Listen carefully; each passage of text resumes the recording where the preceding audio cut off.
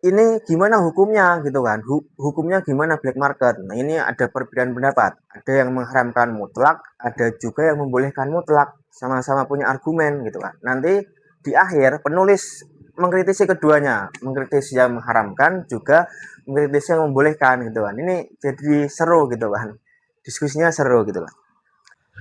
Bismillahirrahmanirrahim. Assalamualaikum warahmatullahi wabarakatuh. Halo seluruh semua, kembali lagi bersama saya. Kali ini di buku Mengikut Nabi atau Ulama, halaman 133. Judulnya Hukum Beli Barang Black Market.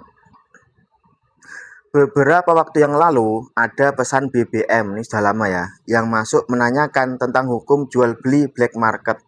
Saya sudah lama dengar istilah ini, dan banyak juga dari teman saya yang memang mereka membeli barang lewat jalur ini, tapi sama sekali tidak terfikirkan apa hukumnya secara syar'i.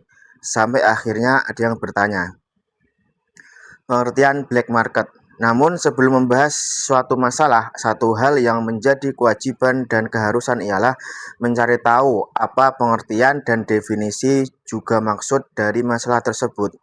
Karena bagaimanapun, dalam menentukan hukum suatu masalah, seseorang tidak bisa asal memberikan label halal dan haram sebelum ia benar-benar tahu dan mengerti masalah yang dipertanyakan itu. Dan ternyata susah juga mencari definisi apa itu black market. Bahkan dalam situs Kementerian Perdagangan pun saya tidak mendapatkan definisi tersebut. Akhirnya saya mendapatkan definisi tersebut dalam situs businessdictionary.com yang mendefinisikan dengan redaksi seperti ini. Ini ada bahasa Inggrisnya, saya lewati, saya langsung ke artinya ya. Pasar bebas ilegal yang tumbuh subur di suatu negara yang mana barang-barang konsumsi sangat langka atau mahal karena dikenakan pajak. Pada jenis pertama, harga pasar gelap atau black market bisa jadi lebih tinggi dari harga resmi atau yang dikendalikan oleh otoritas ekonomi negara. Pada jenis kedua, harga jadi lebih rendah dari harga sah atau yang dikenakan pajak karena penggelapan pajak. Kalau dari definisi tersebut, yang banyak terjadi di Indonesia itu ialah jenis black market yang kedua, yaitu barang ilegal yang masuk ke dalam negeri dengan tanpa pembayaran pajak atau bea. Yang awalnya barang itu mahal karena ada pajak yang dibayar, barang itu menjadi lebih murah, bahkan sangat murah karena tidak terkena pajak. Walaupun memang definisi ini tidak disepakati oleh semua, akan tetapi setidaknya definisi di atas memang yang banyak terjadi. Kabar yang banyak beredar di media itu juga, walaupun redaksi berbeda, akan tetapi intinya sama, yaitu penjualan barang ilegal karena tidak melewati pembayaran pajak. Artinya tidak melalui jalur yang sah yang telah ditetapkan oleh suatu negara. Lalu bagaimana syariat Islam memandang jual beli black market ini? Secara umum, syariat ini menghalalkan praktek jual beli sebagaimana yang dijelaskan dalam ayat 275 surat Al-Baqarah. Dan Allah telah menghalalkan jual beli dan mengharamkan riba. Tapi ini adalah dalil umum atas kehalalan jual beli. Dan dalam nas-nas syar'i lainnya banyak disebutkan jenis-jenis jual beli yang diharamkan, semisal bai'ul ma'dum atau membeli barang fiktif atau tidak ada. Bai'ul gharar, jual beli yang mengandung spekulasi atau ketidakjelasan. Bai' najas, jual beli yang ada unsur penipuan dengan menciptakan rekayasa permintaan palsu. Tinggal nantinya kita mencocokkan black market ini masuk ke golongan jenis jual beli yang mana. Apakah jual beli yang dihalalkan atau diharamkan? Sebelum menulis artikel ini, saya telah membaca dan juga berdiskusi dengan teman-teman di rumah fikih soal apa hukum jual beli black market ini. Dan sudah pasti perbedaan pendapat ini juga tidak bisa dihindari. Pun begitu artikel-artikel yang saya baca, ada yang secara mutlak mengharamkan, ada juga secara terang benderang membolehkan tanpa syarat. Yang pertama, black market hukumnya haram. Yang mengatakan bahwa jual beli black market itu haram hukumnya, menurut kelompok ini, black market ialah bentuk jual beli talaki rukban modern. Hanya berbeda zaman saja. Aslinya ialah jual beli talaki rukban yang dilarang oleh Nabi. Banyak hadis Nabi dengan jalur yang sahih yang menerangkan tentang keharaman jual beli talaqi rukban ini. Salah satunya ialah yang diriwayatkan oleh Imam Al-Bukhari dalam kitab sahihnya nomor 2021. Dari riwayat Abdullah bin Umar bahwasanya beliau beserta sahabat yang lain bertemu talaqi dengan segerombolan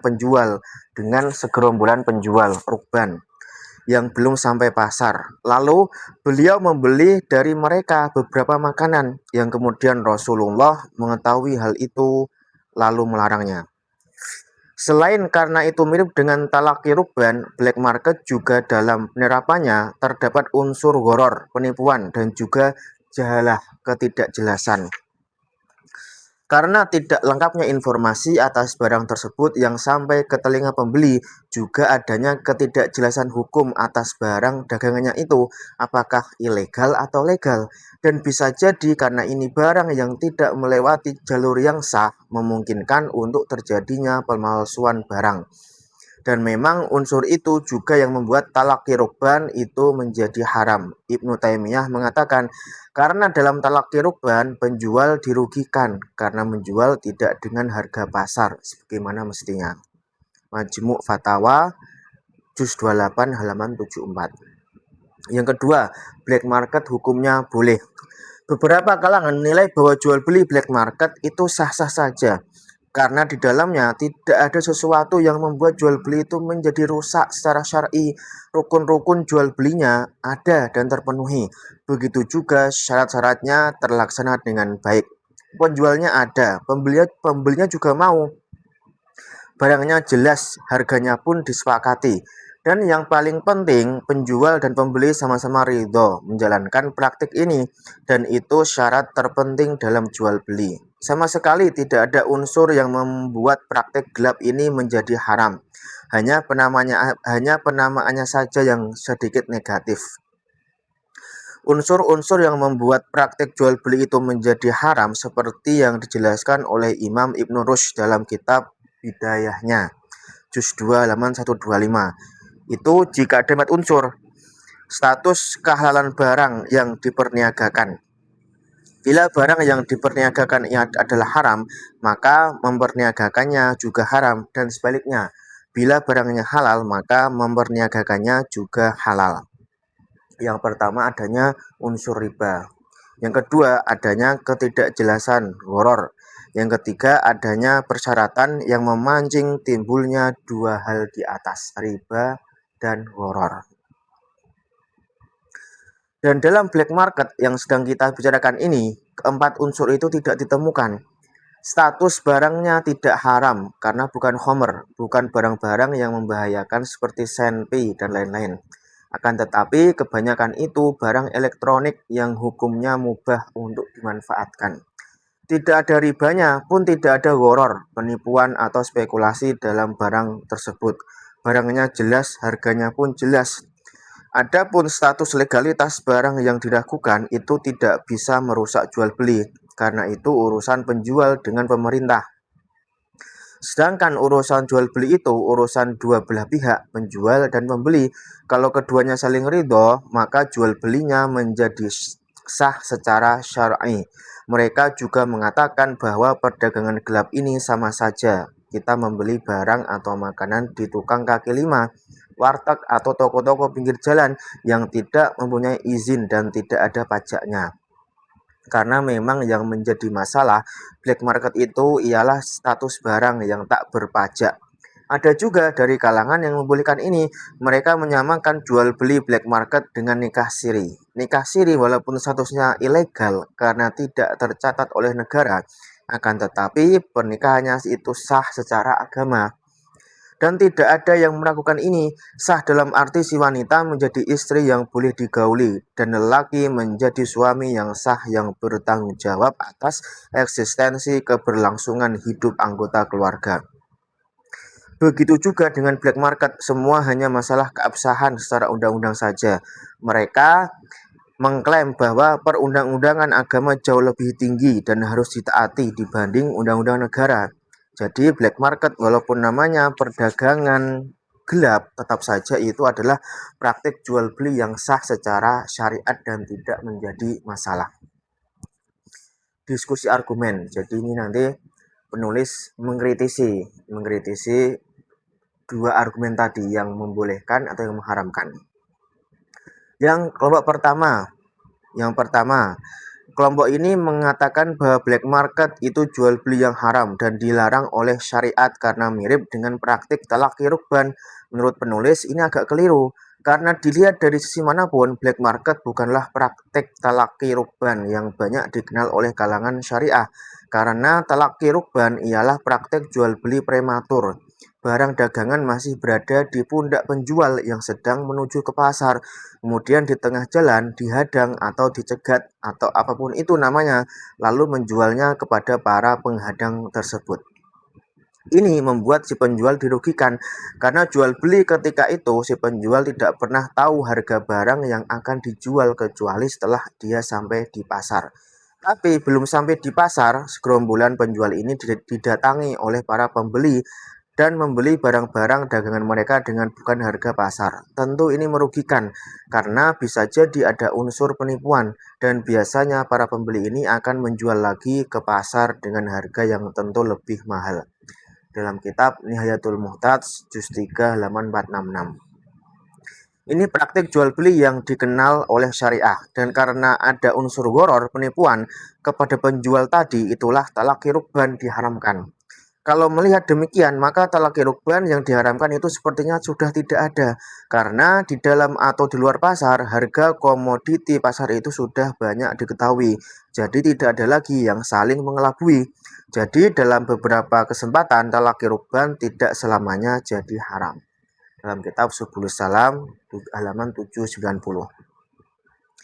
Nah, praktik jual beli black market berbeda dengan talaqi rukban karena tidak ada pencegatan di jalan, pun tidak ada penipuan harga terhadap penjual. Justru yang terjadi ialah penjual merasa diuntungkan karena barangnya laku terjual, pun dengan si pembeli merasa bahagia dengan harga yang murah. Jadi tidak ada gharar di sini. Yang kedua argumennya. Kemudian kalau dikatakan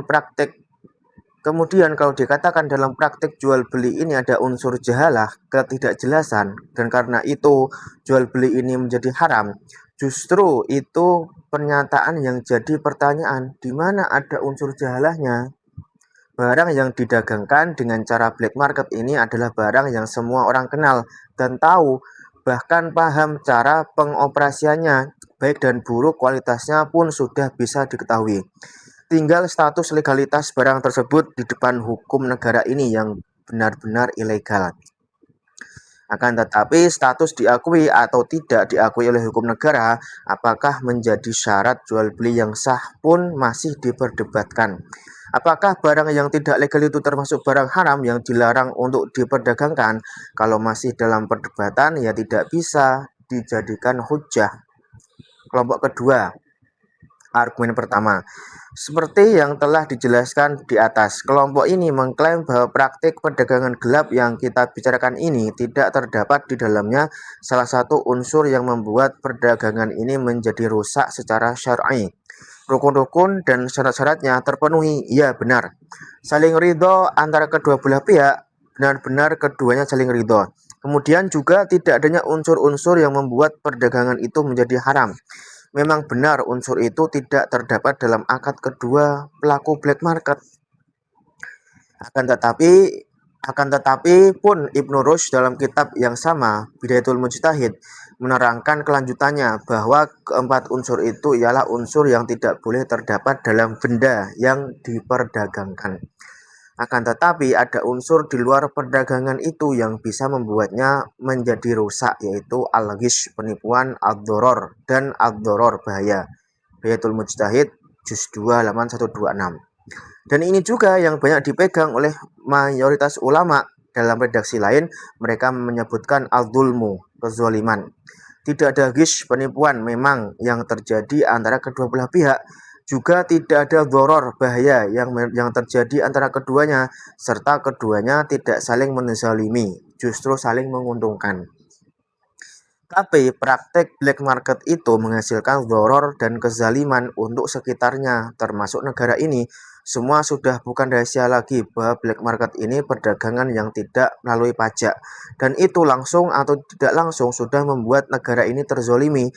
Terlalu dramatis kalau penulis mengatakan praktik ini memiskinkan negara, tapi yang pasti negara sangat merugi dengan perdagangan gelap yang kalau makin dibiarkan, bukan tidak mungkin ekonomi kita terus akan memburuk. Selain kepada negara, kezaliman itu juga terjadi kepada pedagang lain. Pedagang lain yang selalu berusaha untuk lurus dalam praktik dagangannya menjadi dizolimi dengan adanya penjual-penjual yang menawarkan barang gelap dengan harga yang lebih murah. Barang sama tapi harga beda. Tentu pembeli akan membeli barang yang jauh lebih murah. Akhirnya dengan demikian pedagang dengan status legal dan juga menjual barang-barang legal karena ketaatannya kepada negara menjadi ditinggalkan oleh pelanggan dan akhirnya semakin merugi. Jadi praktik ini bukan hanya merugikan negara, akan tetapi juga merugikan saudara kita sesama penjual, memiskinkan negara dan memiskinkan penduduknya. Argumen kedua, kemudian kelompok ini menanyakan tentang keabsahan jual beli kita yang kita lakukan dengan tukang kaki lima atau juga warteg atau juga toko-toko pinggir jalan. Ya tentu sangat sah sekali.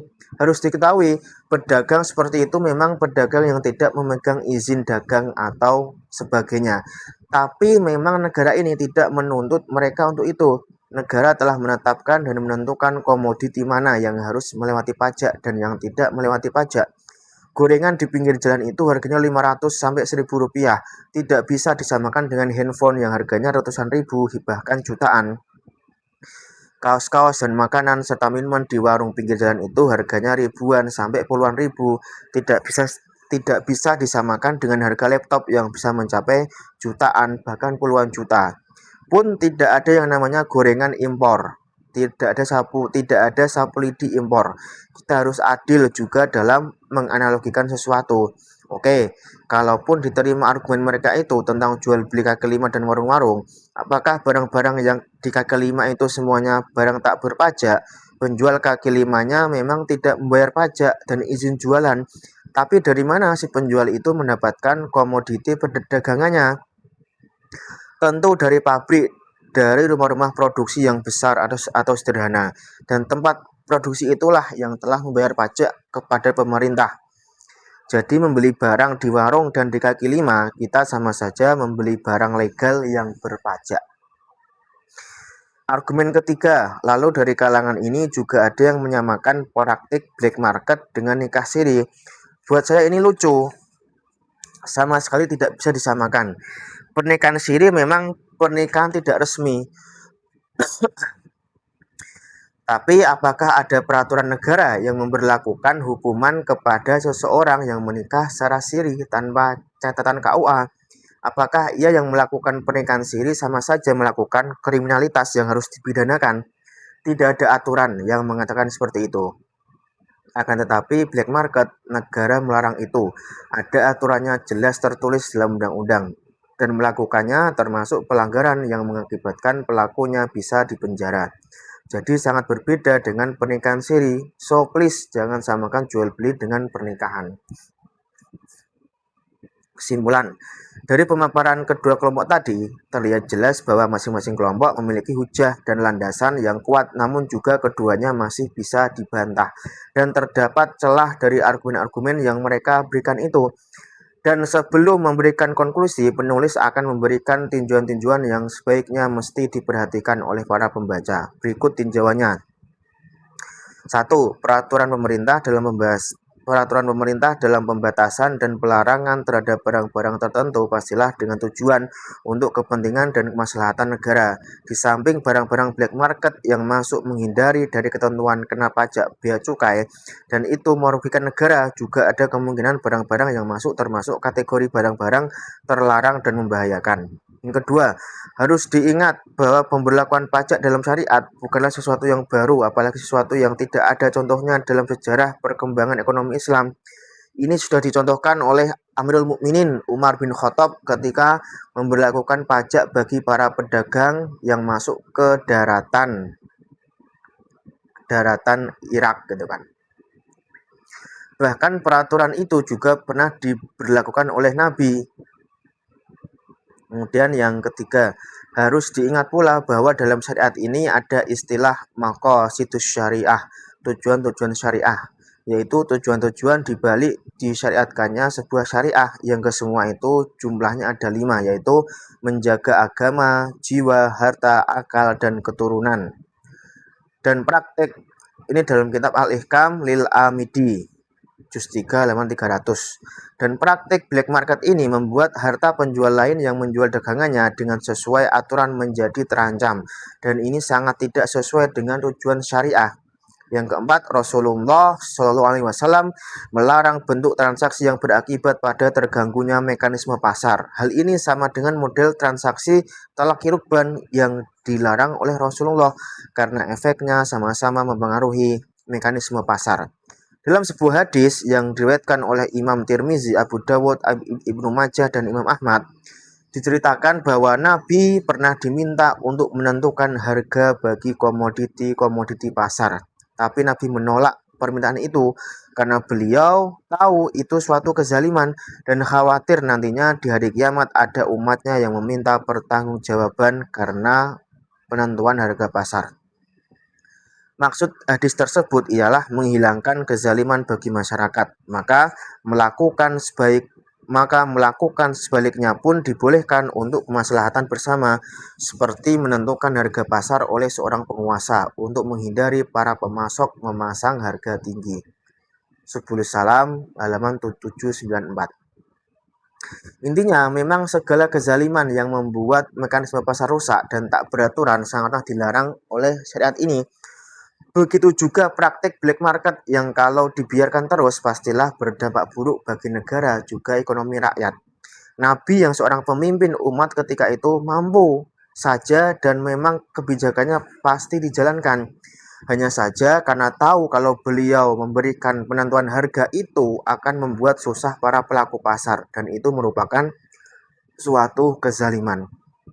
Karena itu Nabi menolak untuk memberikan penentuan harga. Salah satu hikmah disyariatkannya praktek jual beli dalam syariah Islam ini ialah saling tolong menolong, at-ta'awun, yang membutuhkan suatu kebutuhan bisa mendapatkannya dengan mudah dari saudaranya, dan saudaranya pun mengambil keuntungan dari praktek jual beli itu.